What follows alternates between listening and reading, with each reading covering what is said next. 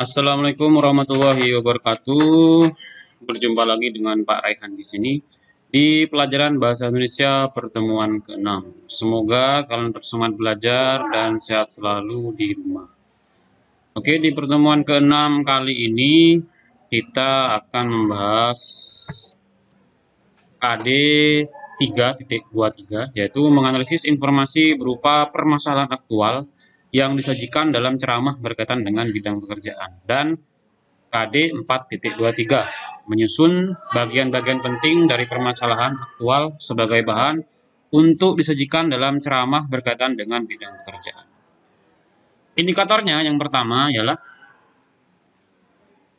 memahami informasi dan permasalahan yang didengar atau dibaca. Kedua, menemukan informasi dan permasalahan aktual dalam teks ceramah. Sedangkan indikator 4.23 yang pertama ialah menelaah bagian-bagian penting teks ceramah, dan yang kedua menemukan kalimat majemuk bertingkat dalam teks ceramah. Oke, sebelum kita lanjut ke pembahasan, kita lihat dulu pengertian dari ceramah. Di sini, ceramah adalah pembicaraan di depan umum yang berisi penyampaian informasi, pengetahuan, dan sebagainya, yang penyampaiannya atau yang menyampaikan adalah orang-orang yang menguasai di bidangnya. Jadi, ya kalau ceramahnya tentang bahasa Indonesia ya yang tentunya ahli bahasa, tentang mesin ya tentunya ahli mesin. Jadi agar informasinya atau pengetahuannya sampai kepada pendengar. Jadi kalau samanya bahasanya adalah alam, kemudian yang diundang adalah untuk memberikan ceramah adalah orang katakanlah fashion, itu nanti apa informasi atau pengetahuan yang ingin didapatkan akhirnya tidak tersampaikan dengan baik pada para pendengar. Jadi antara tema dan juga yang dipilih untuk menyampaikan ceramah itu ya harus sesuai dengan disiplin ilmunya, sesuai dengan bidangnya. Oke. Nah, apa bedanya antara pidato, khutbah, dan ceramah? Jadi kan ada ceramah, ya ada pidato, ya ada khutbah. Kalau ceramah itu kan tadi kita lihat pembicaraan di dalam umum yang berisi penyampaian informasi, pengetahuan, dan sebagainya. Ini sifatnya kan umum, bersifat umum. Sedangkan kalau pidato itu bersifat khusus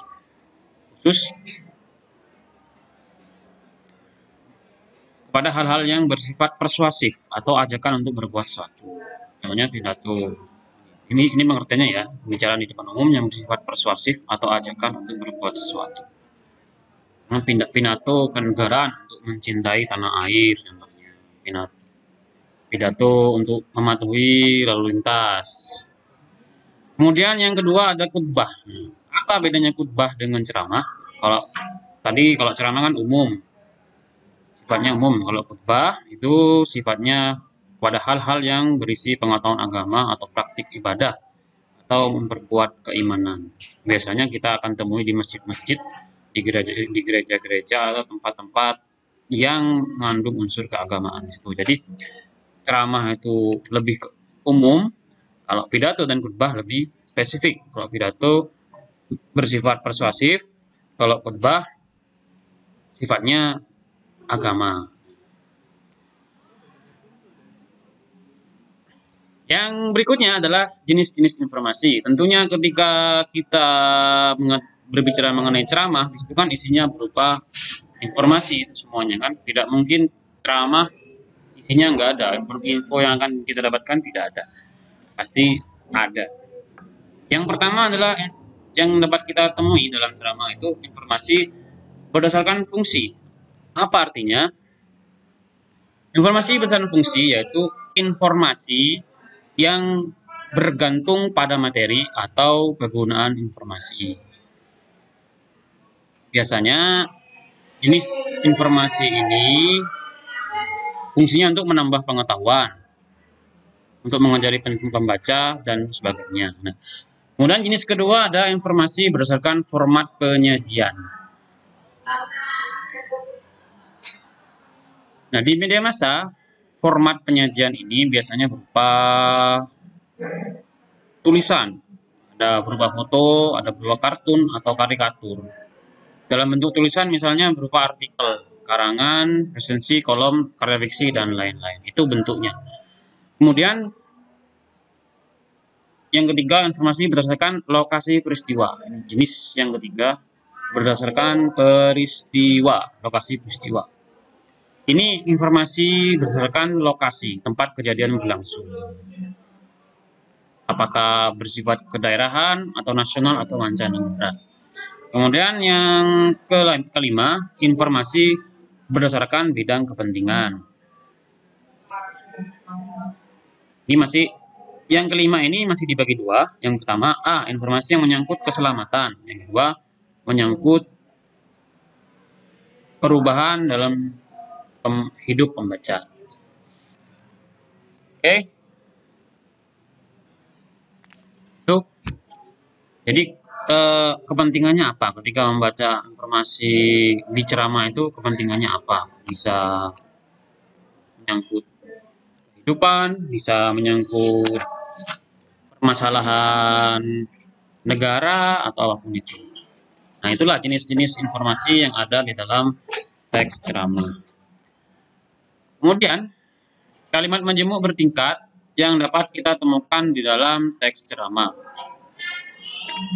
Pertama ialah kalimat majemuk hubungan bertingkat. Biasanya kalimat majemuk hubungan bertingkat ini menggunakan kata sehingga, sampai, dan maka. Contoh kalimatnya seperti ini. Dia terlalu bekerja keras sehingga jatuh sakit. Nah, contohnya. Dia terlalu bekerja keras sampai lupa anak dan istrinya. Nah, itu contoh kalimat majemuk hubungan bertingkat. Kemudian kalimat majemuk kedua ialah kalimat majemuk hubungan cara.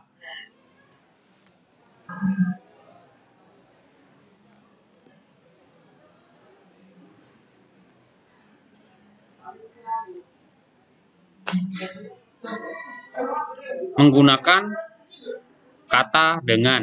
Ini kalau cara menggunakan, kalau tadi hubungan bertingkat menggunakan sehingga, sampai, maka. Kalau majemuk hubungan cara menggunakan dengan. Contohnya,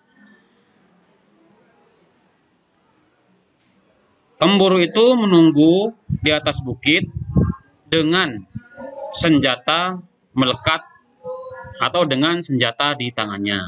Pemburu itu berada di atas bukit dengan senjata di tangannya. Nah, itu contohnya. Kemudian yang ketiga ya, kalimat majemuk hubungan kenyataan. Contohnya menggunakan kata padahal dan sedangkan. Padahal dan sedangkan, contohnya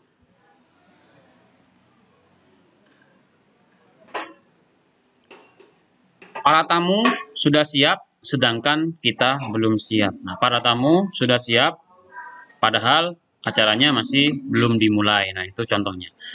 Kemudian kalimat majemuk yang keempat ialah kalimat majemuk hubungan penjelasan menggunakan kata hubung bahwa dan yaitu. Contoh kalimatnya, berkas riwayat hidup menunjukkan bahwa dia adalah seorang pelajar teladan. Contoh lagi, peristiwa tersebut menggambarkan bahwa dia bukan orang baik-baik. Nah, itu contohnya, bahwa. Kemudian yang terakhir, kalimat majemuk hubungan atributif menggunakan kata hubung yang.